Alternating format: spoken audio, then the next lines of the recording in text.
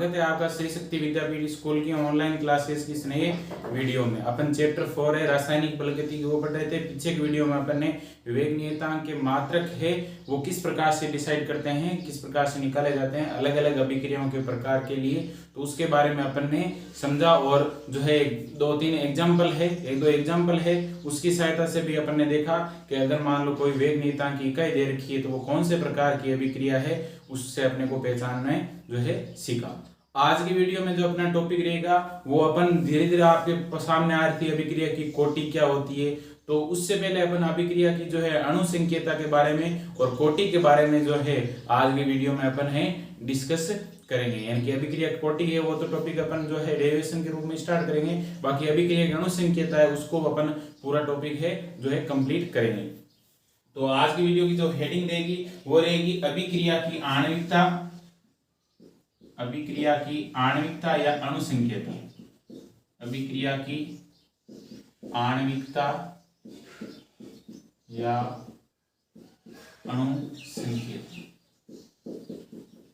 अभिक्रिया की आणविकता या अणु संकेता। अब अपन जानते हैं अभिक्रिया की आणविकता या अणु संकेता। अब देखो जो भी अपन ने इस पार्ट में अभी भी अपन ने पढ़ा है, किसी अभिक्रिया में अपन देख रहे हैं रासायनिक बल गति की पढ़ रहे हैं, तो उन सब में अपन क्या काम ले रहे हैं, अभिकारक को ही काम में ले रहे हैं। यानी कि अभिकारक की सांद्रता न्यूमेरिकल की, उसमें भी अभिकारक की सांद्रता, अभिक्रिया के वेग के नियम, अभिक्रिया के वेग का समीकरण लिखा, वहां पर भी अपन ने अभिकारक पे फोकस किया। तो यहाँ पर भी अपन जानते हैं अभिक्रिया की आणविकता या अणु संकेता की बात हो रही है। इसका मतलब ये आणविकता मतलब कितने अणु हैं, उन अणुओं की संख्या अपने को पूछ रहा है। ये आणविकता बोल दो या क्या बोल दो, अणुओं की संख्या। लेकिन अणुओं की संख्या किसकी होगी, अभिकारकों की। ये ध्यान रखना है, उत्पादों को अपन ने इसमें शामिल नहीं करना है। मेन चीज है आपका यहाँ पर क्या है, अभिकारक। तो किसी भी अभिक्रिया की आणविकता या अणु संकेता है तो अपन इसको किस प्रकार से डिफाइन करेंगे, अभिक्रिया के किसी पद में भाग लेने वाले अभिकारक अणुओं की संख्या, भाग लेने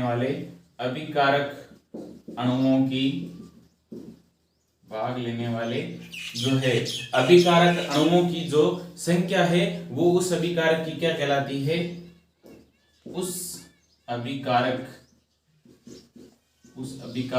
की आणविकता या अणु संकेता कहलाती है। और इसका मान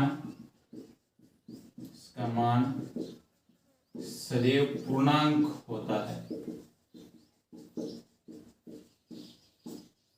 तो अभिक्रिया की आणविकता या अणु संकेता किसे कहते हैं कि अभिक्रिया का कोई सा भी पद हो, या अभिक्रिया अलग अलग पदों में हो सकती है। एक पद में भी अभिक्रिया संपन्न होगी, अपन आगे पढ़ेंगे। कुछ अभिक्रिया ऐसी होती है जो 2 पदों में संपन्न होती है, 3 पदों में संपन्न होती है।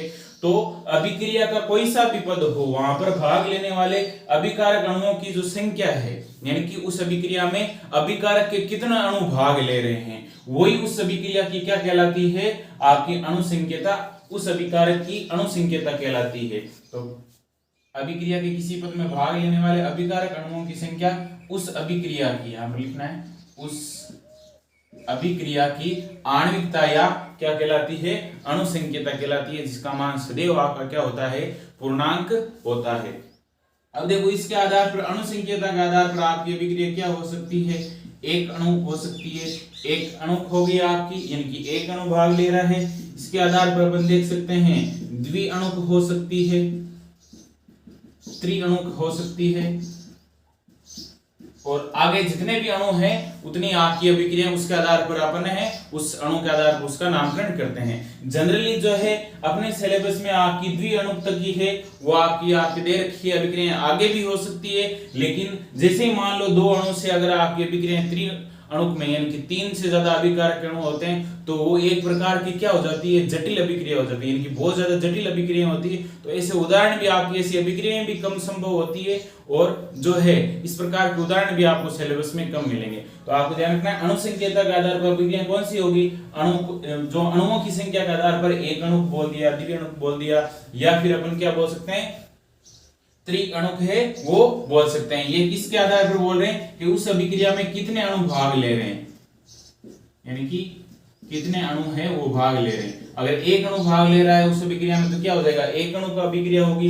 अगर मान लो तो अणुओं की भाग संख्या, अणुओं के भाग ले रहे हैं 2 तो द्विअणु का अभिक्रिया होगी। 3 अणु भाग ले रहे हैं तो क्या हो जाएगी, त्रिअणु अभिक्रिया होगी। यानी कि अणुओं की भाग लेने की संख्या के आधार पर क्या होगी, एक अणु होगी, द्विअणु होगी और क्या होगी, त्रिअणु आपकी अभिक्रिया होगी। अब देखो इसके एग्जांपल अपन समझते हैं। एग्जाम्पल से अपन जो है आपको स्पष्ट समझ में आएगा। सबसे पहला एग्जाम्पल अपन इस प्रकार से लेते हैं। मान लो मेरे पास में एक उदाहरण है NH4NO2। NH4NO2 ये आपका उदाहरण है। तो इस NH4NO2 को अपन विघटित करते हैं तो ये नाइट्रोजन देता है प्लस का 2H2O। इस प्रकार से ये अपने को उत्पाद देता है।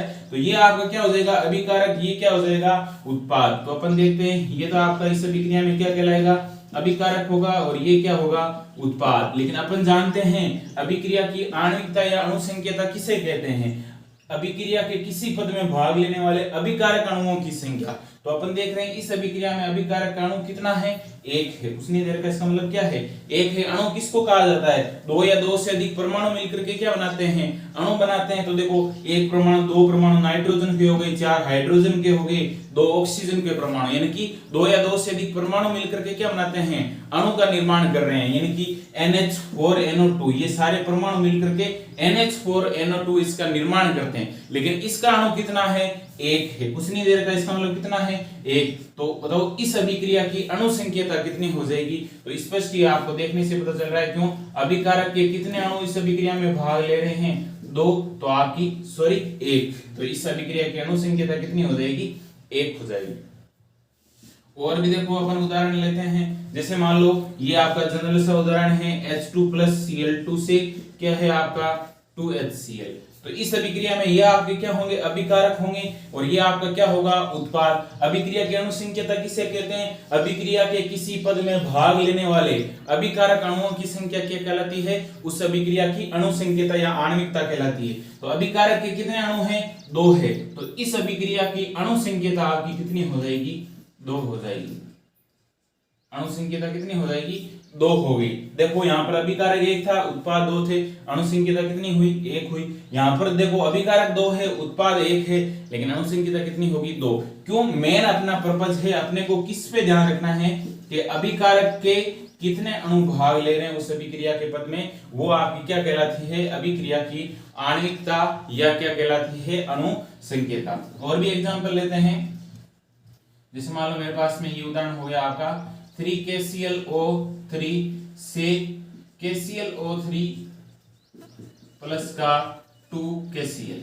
अपने पास में ये उदाहरण है आपका 3KClO3 से KClO3 प्लस का 2KCl। तो यहाँ पर अपन क्या देख रहे हैं, अपने को पता करना है कि इस अभिक्रिया में आपका क्या है, इसकी अणु संख्यता कितनी है। तो स्पष्ट रूप से देखने से पता चल जाएगा अभिकारक अणुओं की संख्या, अभिकारक आपका ये है, अभिकारक अणुओं की संख्या कितनी है, 3 है। बाकी आपको उस पर नहीं, इसमें भी देखना है, 2 और 1 कितने हो गई, उत्पाद भी कितने हैं, 3 है। तो अपने को सिर्फ अभिकारक के अणुओं की संख्या कितनी है, वही उस अभिक्रिया की क्या कहलाती है, अणु संख्यता। तो यहाँ पर अपन देखते हैं ये इसकी अणु संख्यता आपकी कितनी हो जाएगी, 3। तो ये थी आपकी पूरी इस परिभाषा को आप दोबारा से देख सकते हो। अभिक्रिया के किसी पद में भाग लेने वाले जो है आपकी अभिकारक अणुओं की संख्या उस अभिक्रिया की क्या कहलाती है, वो आपकी जो है अणु संख्यता कहलाती है, या फिर इसको क्या कहा जाता है, आणविकता है वो कहा जाता है।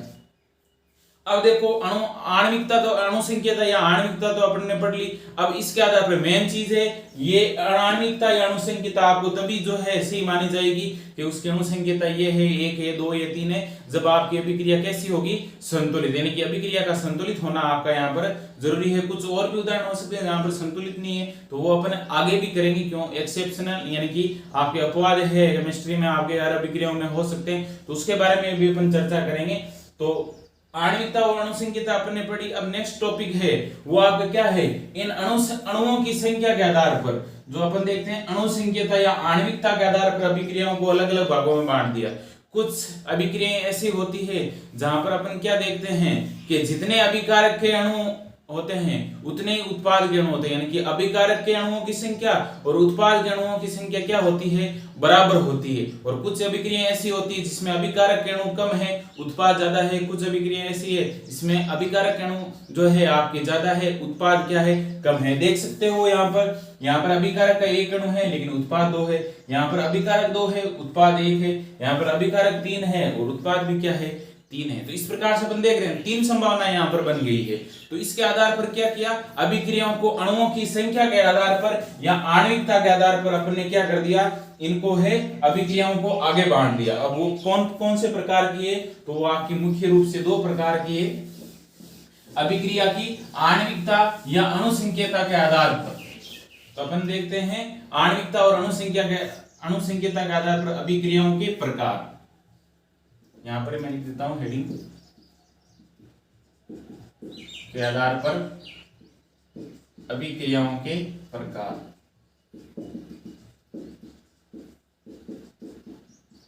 तो देखो इसके आधार पर 2 अभिक्रियाएं होती है आपकी, 2 प्रकार की मुख्य रूप से। एक होती है आपकी सरल अभिक्रियाएं और दूसरी है आपकी जटिल अभिक्रियाएं। सरल अभिक्रियाएं और आपकी दूसरी क्या है, जटिल अभिक्रियाएं। अब देखो सबसे पहले आते हैं यहाँ पर 1 नंबर है आपका सरल अभिक्रियाएं।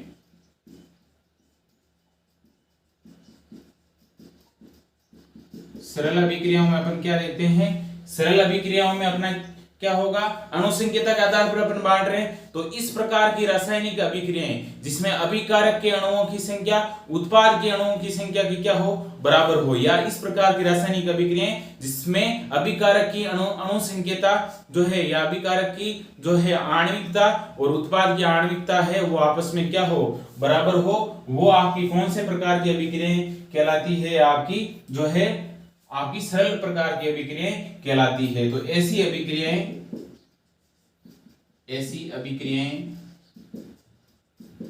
जिनमें अभिकारकों की संख्या उत्पादों की संख्या के बराबर होती है सरल अभिक्रियाएं कहलाती है।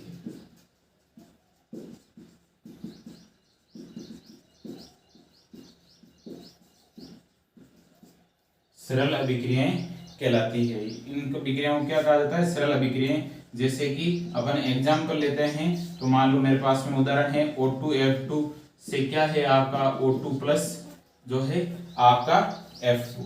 तो यहाँ पर अपन क्या देख रहे हैं कि अभिकारकों की जो है आपकी संख्या है, जिनकी ऐसी अभिक्रियाएं जिनकी आणविकता यहाँ पर उत्पाद नहीं लेना है आपको, यहाँ पर लेना है अभिकारकों की संख्या, उनकी आणविकता, थोड़ा सा यहाँ पर मिसप्रिंट हुआ है, ये ध्यान रखना, थोड़ा सा गलत लिख दिया है। उनकी अभिकारकों की संख्या उनकी आणविकता के बराबर होती है, उत्पाद नहीं। क्यों, उत्पाद तो अपन जो है कहीं पर शामिल ही नहीं कर रहे हैं, उत्पाद के बारे में तो अपनी बात नहीं होगी, अपनी बात होगी जनरली किसके बारे में, अभिकारक के बारे में। तो ऐसी अभिक्रियाएं जिनमें अभिकारकों की संख्या उनकी आणविकता अपन ने सीख ली है, वो अभिकारक से संबंधित है। तो ऐसी अभिक्रियाएं जिनमें अभिकारकों की संख्या उस अभिक्रिया की आणविकता के बराबर होती है।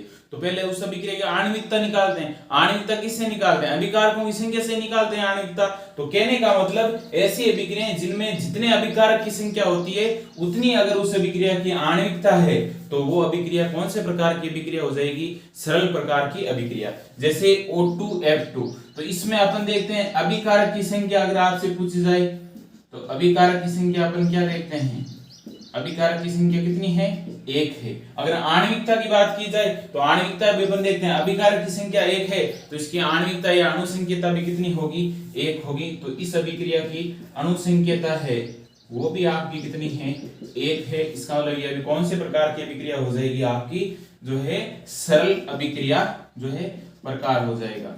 दूसरा अपन उदाहरण लेते हैं, जैसे 2NO प्लस का O2। से आपका हो गया 2NO2।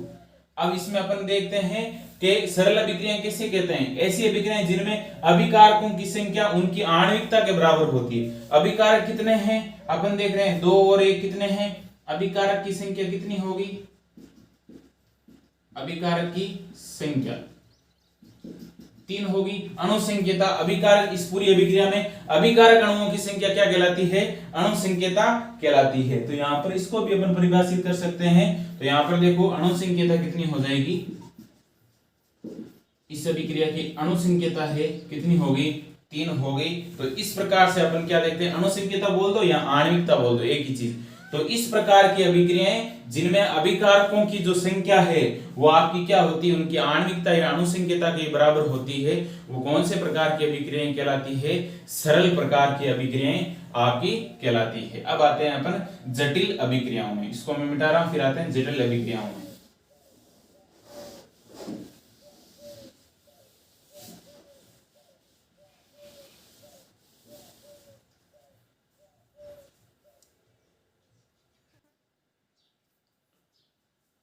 अब देखो आपका जो दूसरा प्रकार है वो है आपका जटिल अभिक्रियाओं से संबंधित। अपन ने क्या देखा? सरल अभिक्रिया में क्या था? ऐसी रासायनिक अभिक्रियाएं जिनमें अभिकारकों की संख्या उस रासायनिक अभिक्रिया की आणविकता या अणु संख्यता के बराबर होती है, वो क्या कहलाती है? आपकी सरल अभिक्रियाएं कहलाती है। अब देखो जटिल अभिक्रियाओं में क्या होगा? मैंने बताया जटिल अभिक्रिया में क्या होता है? अगर मान लो किसी अभिक्रिया की ऐसी रासायनिक अभिक्रिया जिसकी अणु संख्यता या आणविकता क्या है? 3 से अधिक है, तो वो 3 से अधिक होती है। उस स्थिति में अपन क्या करते हैं? वो अभिक्रिया है फिर एक पद में नहीं चलती है, वो अभिक्रिया अलग अलग पदों में संपन्न होती है। ऑर्गेनिक केमिस्ट्री में भी ये आपका टॉपिक आएगा कि अगर अभिक्रिया में 3 से अधिक आपके अभिकारक या 3 से अधिक उसकी अणु संख्यता या आणविकता हो जाती है, तो उस स्थिति में अभिक्रिया है वो भिन्न भिन्न पदों में संपन्न होती है। एक पद ऐसा होता है जो कि आपका क्या होता है? कम स्पीड या कम वेग से आपका संपन्न होता है, और दूसरे स्टेप में वो अभिक्रिया क्या होती है? आपकी धीमी गति से संपन्न होती है। तो जो धीमी गति वाला जो स्टेप है वो उस अभिक्रिया का क्या करता है? वेग निर्धारित करता है, और इस वेग निर्धारण करने के कारण ही क्या करते हैं? इस जटिल प्रकार की अभिक्रिया की आणविकता या अणु संख्यता है या इसका जो प्रकार है वो अपन है वेग नियम से समझाते हैं, जो कि इसके बाद का आपका टॉपिक रहेगा। अभिक्रिया की कोटि पढ़ेंगे उसमें और वेग नियम में। तो जटिल अभिक्रियाएं क्या हो जाएगी? ऐसी रासायनिक अभिक्रियाएं जिनमें अभिकारकों की संख्या क्या हो? 3 से अधिक हो। तो उस स्थिति में वो क्या होती है? आपको याद रखना, मैं समझा देता हूं। उस स्थिति में वो अभिक्रिया क्या होती है? भिन्न पदों में आपकी संपन्न होती है, या 2 पदों में संपन्न होती है, या 2 से अधिक पदों में क्या होती है? संपन्न होती है। और जो धीमी गति का यानी कि जो आपका दूसरा स्टेप जो कि आपका लो स्पीड से चलता है, वो उस अभिक्रिया का क्या करता है? वेग निर्धारण करता है। इसलिए इस अभिक्रिया की जो है अणु संख्यता का कोई विशेष महत्व नहीं रह पाता है, और उसको अपन किससे ज्ञात करते हैं? वेग नियम से आपका ज्ञात करते हैं। जैसे कि मेरे पास में उदाहरण है, एग्जांपल से इसको समझ लेते हैं। थ्योरी आप देख सकते हो और नोट्स में भी मिल जाएगी, बुक में भी आपकी लिखी हुई सिलेबस में एज इट इज वही आपकी परिभाषा रहेगी। 2HBr प्लस O2 से 2H2O प्लस का 2Br2। तो इस अभिक्रिया में अपन क्या देखते हैं? अभिकारकों की अणुओं की संख्या या अभिकारकों की संख्या कितनी होगी? 4 और 1 कितनी होगी? 5। तो इस स्थिति में 3 से आपकी क्या होगी? अधिक होगी। तो इस स्थिति में ये अभिक्रिया क्या होगी? आपकी एक ही स्टेप में नहीं चलेगी, ये अलग अलग स्टेप में चलेगी। ये वेग नियम में अपना नेक्स्ट टॉपिक रहेगा, उसमें अपन समझेंगे। तो अभी अपन देख रहे हैं अभिकारकों की संख्या क्या है? 3 से अधिक होती है। इस प्रकार की अभिक्रियाएं क्या होती है? आपकी एक ही पद में संपन्न होकर के क्या होती है? 2 पदों में संपन्न होती है। यानी कि पहले 4HBr है, वो 2HBr प्लस आपका 1Br2 में टूटेगा, फिर 2HBr जो बच गए हैं वो 2HBr वापिस अभिक्रिया करेंगे O2 से, और उससे अपने को क्या मिलेगा? 2H2O प्लस 1Br2 और मिल जाएगा। तो इस प्रकार से अपन देख रहे हैं ये अभिक्रिया 2 स्टेप में आपकी कंप्लीट होगी। तो इसमें पहला स्टेप है वो आपका क्या होता है? तीव्र यानी कि आपका फास्ट होता है, और जो है तीव्र गति से होता है। दूसरा स्टेप जो है आपका धीमी गति से होता है, लेकिन जो धीमी गति वाला है उसको अपन क्या कर सकते हैं? उसके वेग को अपन माप सकते हैं, यानी कि उसके वेग का अपन निर्धारण कर सकते हैं। तो इसमें ध्यान रखना है कि जटिल अभिक्रियाओं में जो ये अभिक्रिया है आपकी 2 पदों में संपन्न होती है। ये अभिक्रिया 2 पदों में संपन्न होती है, या 2 से अधिक भी हो सकती है, वो अभिकारक अणुओं की संख्या से देखेंगे। अभिक्रिया कौन से प्रकार की उसके आधार पर देखा जाएगा। फिर जो इसमें धीमी गति का जो आपका पद होता है, धीमी गति का जो है पद है वो आपका वेग निर्धारक पद कहलाता है, वेग निर्धारक पद कहलाता है। अब देखो यहाँ पर अभिक्रिया अलग अलग पदों में होगी, तो अपन मान लो ये अभिक्रिया एक पद है उसकी अणुसंख्यता अलग होगी, दूसरा पद है उसकी अणुसंख्यता अलग होगी, तो इसलिए जटिल अभिक्रिया के लिए अणुसंख्यता का क्या है, कोई महत्व नहीं रह पाता है। तो फिर इस प्रकार की अभिक्रियाओं का वेग कैसे ज्ञात किया जाता है, तो इस प्रकार की अभिक्रियाओं का वेग ज्ञात करने के लिए, अणुसंख्यता ज्ञात करने के लिए अपन क्या लेते हैं, वेग नियम का है वो सहारा लेते हैं। और ये वेग नियम है वो अपने को क्या करेगा, इस अभिक्रिया की अणुसंख्यता या इस अभिक्रिया की जो है कोटि है वो अपने को निकाल करके देता है। वेग नियम बराबर आपको बता रखा है, किसी भी अभिक्रिया का वेग बराबर अपन क्या लिखते हैं, के, और अभिकारकों की क्या दर्शाई जाती है, सांद्रता। अपन देखते हैं अभिकारक कौन से हैं आपके साथ में, यहाँ पर जो है 2HBr है वो आपका यहाँ था 4Br किया है, 4HBr।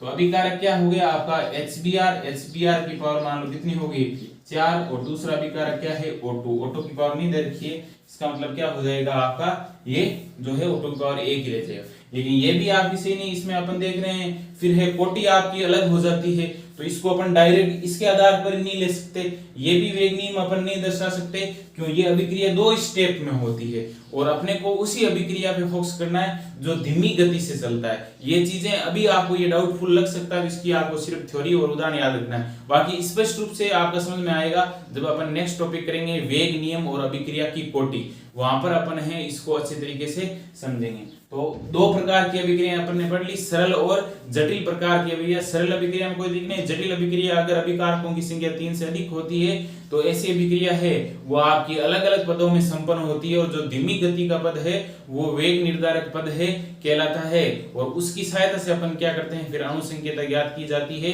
जिसके लिए अपन किसका सहारा लेते हैं, वेग नियम। वेग नियम क्या होता है, अभिक्रिया का वेग बराबर, या वेग नियम बोल दो, वेग समीकरण बोल दो, ये सारी चीजें बता रखी है। तो वेग बराबर क्या होगा, के अभिकारकों की सांद्रता, उत्पादों की सांद्रता, और जो स्टोइकियोमेट्रिक गुणांक है वो क्या आ जाते हैं, घातांक के रूप में। ये अभी आपको एक बार समझाने के लिए HBr की पावर 4 दर्शाइए, लेकिन अपन जानते हैं कि अभिक्रिया अलग अलग पदों में संपन्न होगी, तो ये फिर HBr की पावर 4 नहीं रहेगी। ये कैसे चेंज होगी अपन नेक्स्ट टॉपिक में करेंगे। तो आज के वीडियो में इतना ही रहेगा, बाकी की चर्चा अपन नेक्स्ट वीडियो में करेंगे। धन्यवाद।